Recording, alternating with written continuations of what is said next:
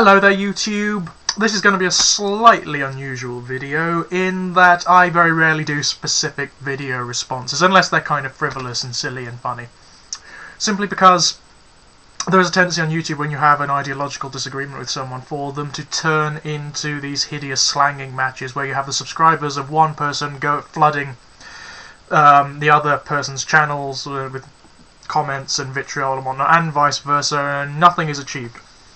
However, with regards to this video, I feel obliged to make a very specific response rather than discussing the ideas and the positions in question, simply because I want to talk to the user. I want to talk to the person who made the video that I'm responding to specifically. I'm sure many of you will have already seen this video. It was brought to my attention by Paul Got That Funk, who is a fantastic YouTube user. Link down there in the blowjob bar. Also links to the video in question. There's a video made concerning the subject of homosexuality, which, as you all know, is a subject near and dear to my heart and other areas of my anatomy too.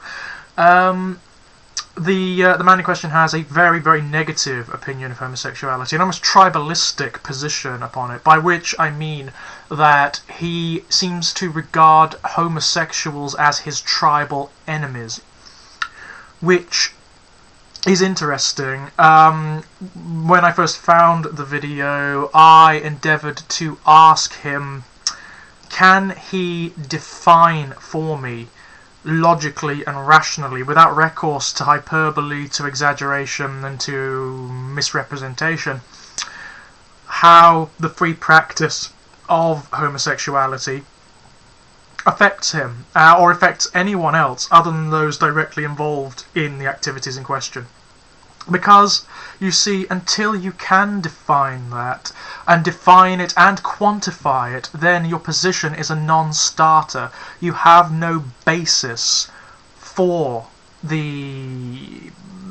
what I can only call the prejudice that you hold. And it's a prejudice by very definition. I know you don't like the term, but it is. It's a prejudgment on a person based upon an arbitrary factor that determines very little about their actual character.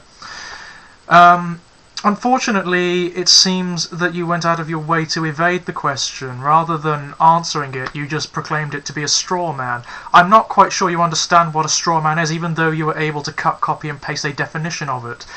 It's not a straw man if it is a position you evidently hold. Let me explain. You must believe that the free practice of homosexuality has some sort of negative impact upon you or upon others who are not involved in the relationships in question. Otherwise, if you don't believe that, then I can't see how you can hold the position in the first place.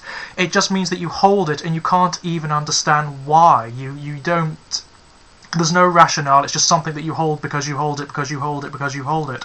And what I would really like you to do is see if you can analyze, if you can think about it as objectively as possible, the various circumstances and influences that have resulted in that perspective, in that position.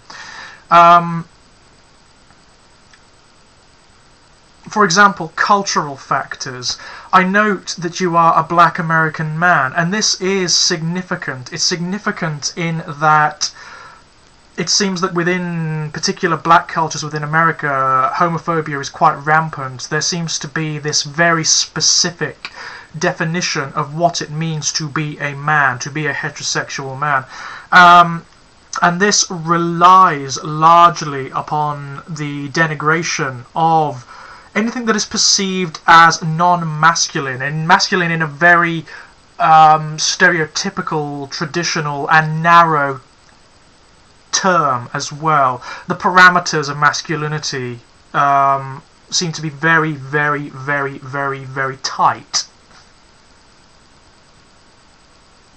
And this is significant in that it means that there are cultural factors that may be influencing that may have influenced your development of this hostility towards homosexuals, this evidently unfounded hostility, since you cannot or refuse to quantify or even explain why you hold it. What happens to you or to anyone else outside of the relationship when a man has sex with another man, or when a woman has sex with another woman? What happens? Absolutely nothing, I guarantee you. Similarly, I would say that I am acutely aware that there are factors which have determined my own perspectives on this matter. The fact that I am a homosexual man is certainly a significant factor. But I was raised in a culture which is far removed from your own. There are certain cultural influences that have allowed me to sort of flourish as a homosexual / bisexual man, without any denigration or anything to that effect. In this culture that I've grown up in sort of postmodern UK culture, homosexuality is almost a non-issue. Culturally speaking, anyway. Most people really don't care. It is simply an accepted factor of existence. And it is becoming as illegitimate in this culture to prejudge or to denigrate someone for whatever their sexual orientation happens to be, as it is to prejudge them based on skin colour, their religious perspectives or beliefs, or whatever. And thus far, UK culture is suffering very, very little in the way of negative effects because of that. What it does mean is that we're having discussions now, even those who, the very sort of marginalised groups who do have negative opinions of homosexuality are being forced to discuss why. And this is important, and I think it's something that you need specifically very, very much. You need to discuss with someone why you hold this position. I noticed that whenever anyone asks you, pins you down, basically asks you to quantify why you hold this position or what factors influence it, you react defensively. In fact, you react with hostility. You react with just vitriol and very little else, and you evade the specific points under question.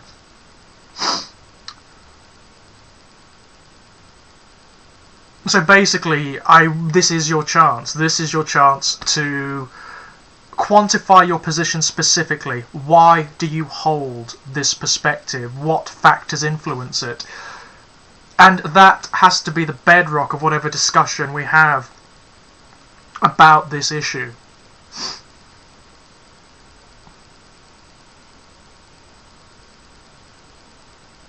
And if you cannot do that without resorting to vitriol, without resorting to hyperbole, exaggeration, or just the base tribalism that I see exhibited in your video and in your comments section, then you really have to stop and question, what am I doing? Why do I hold this position? Why is it such an important matter to me? Why do I feel this way and think this way about it? What factors influence the development of my neural pathways so that I hold this automatic negative position? You see, that seems to be the thing. You're a non-religious man, which I find very interesting. I mean, a lot of the homophobes, particularly on YouTube, use a very particular interpretation of whatever religious position they hold as a kind of umbrella against criticism. They use it as justification for the tribal positions that they hold with regards to whatever enemy they want to identify, whether it be Jewish people, whether it be Muslims, whether it be other Christians, whether it be homosexuals or whoever. It's not me that feels this way, it's God. Unfortunately, you don't have that. You have to rationalize your prejudice. And I'm sorry to say that, judging by your comments section and the way you've conducted yourself thus far, I don't think you can do it. I don't think you have a reason, but if you do, I would like to hear it.